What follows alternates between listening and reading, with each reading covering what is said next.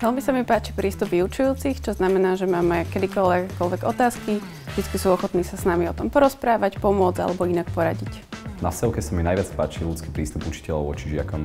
Na vsevke sa mi páči, že máme možnosť zúčastniť sa na prednáškach, ktoré sú vedené priamo odborníkmi z praxe a určite aj možnosť stážovať ešte počas bakalárskeho stupňa.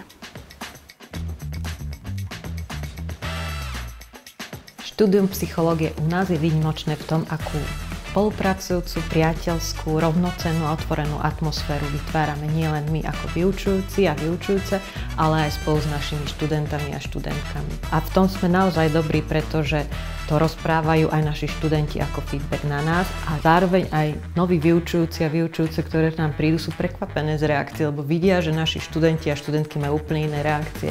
Na vyučovanie sa zapájajú, pretože majú tú atmosféru bezpečia s nami. To potvrdzujú aj výsledky nedávneho reprezentatívneho prieskumu Ministerstva školstva pod záštitou pani prezidentky, že práve študenti psychológie práve u nás sú najspokojnejší z celého Slovenska.